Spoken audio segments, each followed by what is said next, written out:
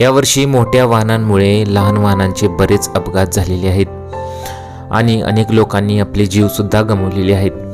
मोठ्या वाहनांमुळे लहान वाहनांना धोका हा निर्माण होत चाललेला आहे। फुरसंगीमध्ये ही घटना घडलेली आहे।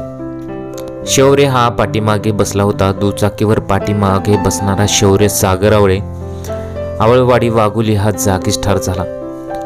कोमल सागर आवळे या जखमी झाल्या तर चालकाला पोलिसांनी अटक केलेला आहे। ते कात्रज बायपास रोड जवळ आले असता त्यांच्या पाठीमागून येणाऱ्या डंपरने दुचाकीस पाठीमागून धडक दिल्याने दुचाकीवरील सर्वजण चालक आणि मुलगा शौर्य रस्त्यावर पडला। मुलगा शौर्य याच्या अंगावरून डंपरचे चाक गेल्याने तो जागीच मृत पावला। तसेच दुचाकी चालक महिला कोमल या जखमी झाल्या।